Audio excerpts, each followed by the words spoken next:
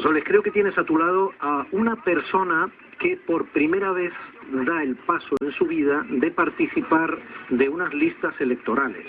Por lo tanto, al margen de que vaya la primera, la quinta, la octava o de suplente, y que vaya a salir o no, porque además da el paso en una formación que no, presumiblemente no va a tener responsabilidad de gobierno de manera directa, sin embargo, está. Por lo tanto, demuestra vocación política y para muchos cierta extraña locura, ¿no? Sí, bueno, está aquí en mi vera, no sé si estará de acuerdo con esa definición, es Lorena Veiga. Hola, Lorena. Hola, buenos días. ¿Estás un poco loca tú o qué? No considero para nada que esté loca. Empezamos bien entonces, Domi. Bueno, Lorena Veiga, por primera vez en unas listas, y en este caso por un partido además incipiente porque se presenta ahora a las elecciones generales. O sea, existe porque se presenta porque existe. Equo. Lorena, ¿qué te ha pasado?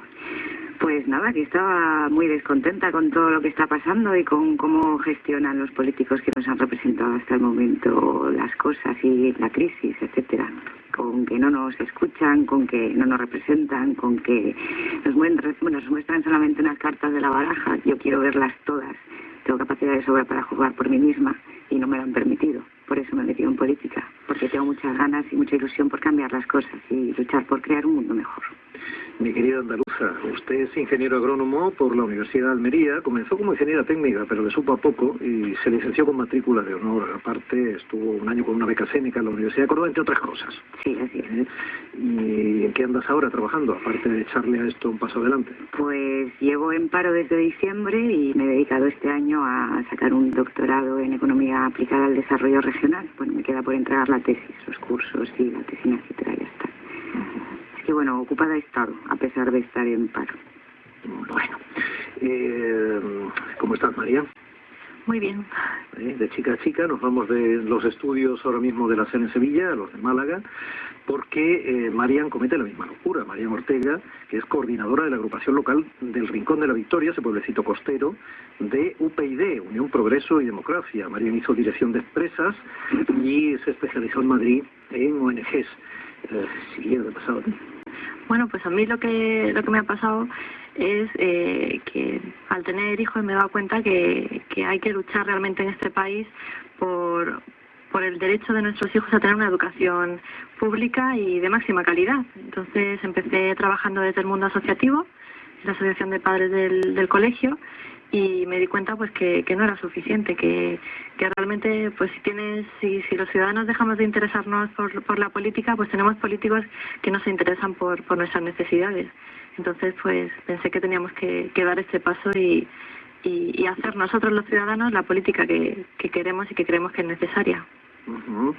Alberto, yo te he podido ver a ti en algún momento en la Plaza de la Encarnación de Sevilla o en la de la Constitución en Málaga o incluso en un debate televisivo en 59 segundos como uno de los portavoces, si es que pueden tener portavoces, ¿no? Ese movimiento llamado del 15M o de los indignados y ese movimiento ciudadano ATAC. Sí, efectivamente, fui partidario, bueno, fui no como portavoz, efectivamente, sí como miembro economista, miembro individual del 15M y sí como representante de ATAC, que es una asociación que lucha por la justicia fiscal, ¿no?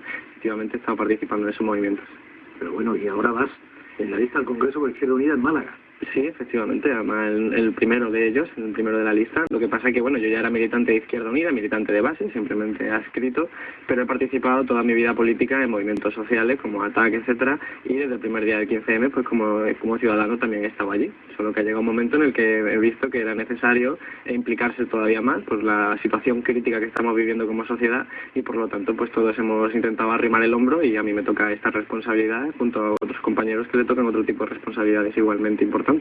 Aunque supongo que todos tenéis en tela de juicio la, digamos, esclerotización que tantos desde fuera de los partidos mayoritarios critican a los partidos mayoritarios, ¿no? ¿Creéis que es útil que estéis participando en partidos que probablemente, como yo decía al inicio, no tengan responsabilidad de gobierno?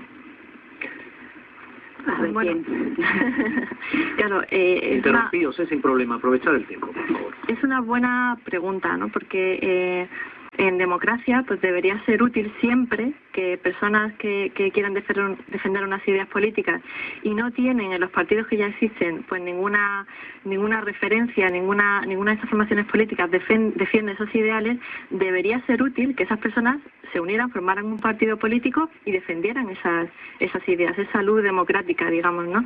Sin embargo, tenemos una ley electoral en España que prácticamente lo que han hecho los partidos políticos es blindarse en el poder, ¿no? Entonces, bueno, ¿qué hacemos? ¿Los dejamos ahí para siempre, no? Pues no es una opción y creo que por eso es importante que ciudadanos como nosotros pues apoyemos estas nuevas iniciativas políticas y que empecemos pues por cambiar esa ley electoral para que no sea necesaria una especie de revolución social, que es lo que hace falta ahora mismo para entrar en esa casta política que se ha creado debido a esta ley electoral que tenemos, ¿no? Entonces, claro que es útil, lo que sí es que es muy difícil, ¿no? Pero claro que es importante, ¿no? La otra opción, pues ya sabemos lo que tenemos, ¿no?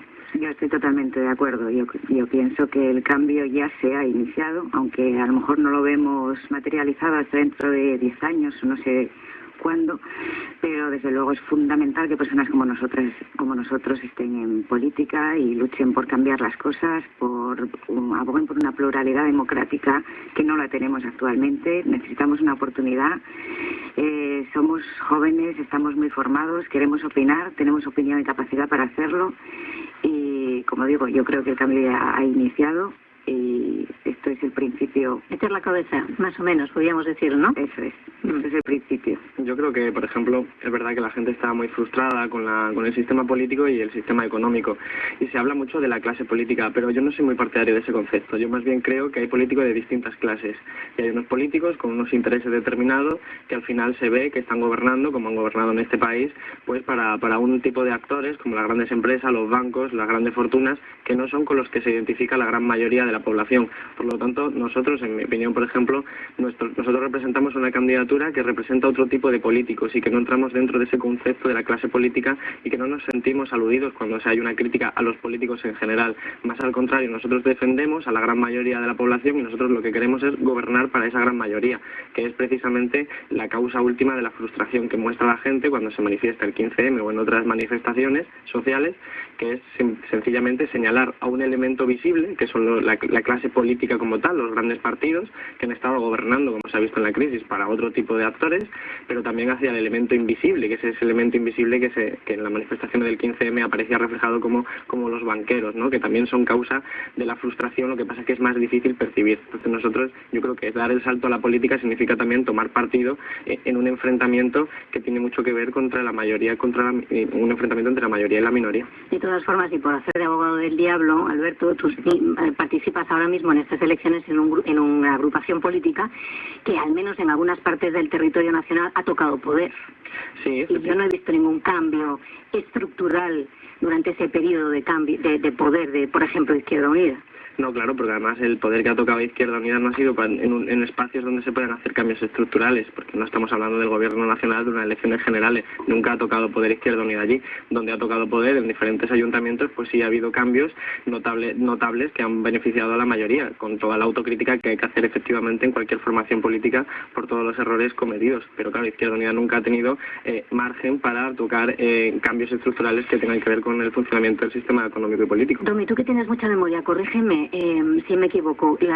El Partido Popular, el PSOE, los dos grandes partidos, en algún momento creo recordar, al haberme leído las propuestas electorales en distintas convocatorias, incluían, creo recordar, el Partido Popular, ahora mismo no estoy segura del Partido Socialista, creo recordar que incluían cambio en la ley electoral. Se ha hablado de la ley electoral. Iba en su programa electoral. Se ha hablado, te digo, yo no puedo confirmar ahora si iba en el programa electoral. Se ha hablado, lo mismo que se habló de listas abiertas, se ha hablado siempre de listas abiertas. No puedo confirmar que... Pero luego ninguno lo ha llevado, por ejemplo, al Parlamento. Y ahora, por ejemplo, se están dando saltos ya tremendos cuando se habla incluso de la dación en pago por concretar algo, que era algo que pedían las plataformas ciudadanas, ¿no? Como las que representaba Alberto, de la dación en pago de la vivienda, del piso, ¿no? En favor de zanjar la hipoteca.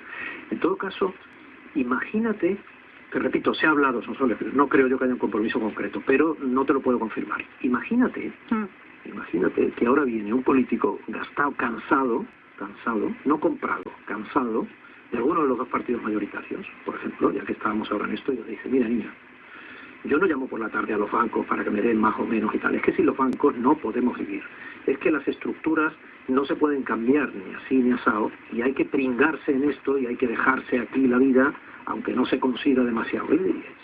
Yo le diría que efectivamente los bancos son fundamentales en una economía moderna, pero que desde el Estado es donde se regula que los bancos sean, por ejemplo, públicos o privados. Y eso hay una gran diferencia. Los beneficios privados se lo meten en el dinero en el bolsillo de los accionistas y las grandes fortunas que pertenecen a esos bancos, y un banco público, pues como ya existió en España, al final es beneficios que sirven para fortalecer la sanidad pública, la educación pública, etcétera. Entonces, no es cuestionar la existencia de los bancos o la existencia de las empresas, sino ver a quién favorecen esas empresas y esos bancos. Lorena, María, ¿creéis que de verdad gobiernan los gobiernos en algún momento o pueden hacerlo ya?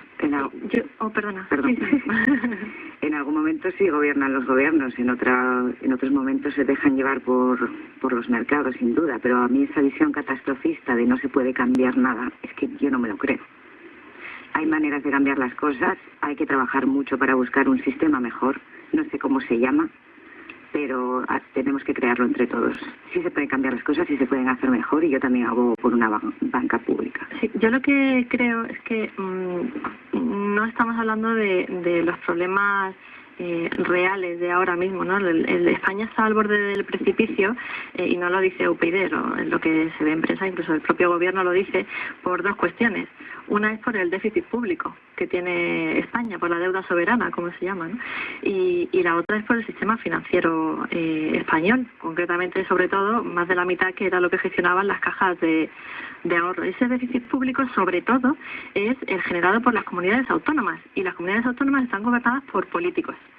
Y las cajas de ahorro están también gobernadas por políticos. O sea, los dos grandes problemas que tiene España, y ya digo que hoy lo he vuelto a leer de boca de Zapatero, es el déficit público que nos está arrastrando a la economía española, y con ello a los ciudadanos españoles al abismo. Entonces, ahí es donde tenemos que atajar. Entonces, UPyD ya hace mucho tiempo que planteó en el Parlamento que había que poner un techo de gasto a las administraciones públicas, y se nos dijo de todo. Ahora sí parece que hay que poner un techo de gasto a las administraciones públicas.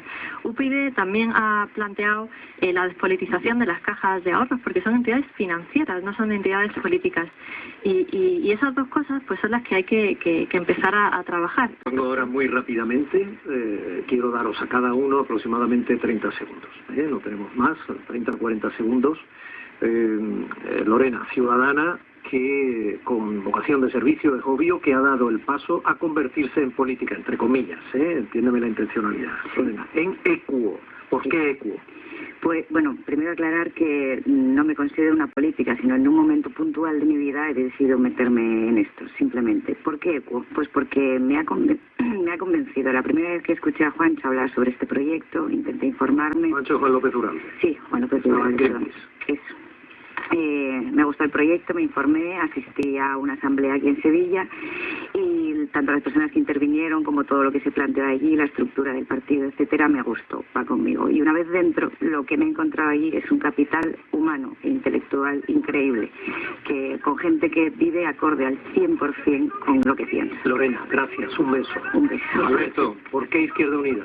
Precisamente porque es una formación que tiene unos valores y unas ideas y unos principios con los que me siento identificado, y que intentamos trasladar un cambio en la sociedad para beneficio de la inmensa mayoría. Y es un partido además que tiene muy buena base, muy buena gente, muchísimos recursos humanos y no económicos, efectivamente, y por eso creo que tiene opciones de conseguirlo. María, ¿por qué UPyD?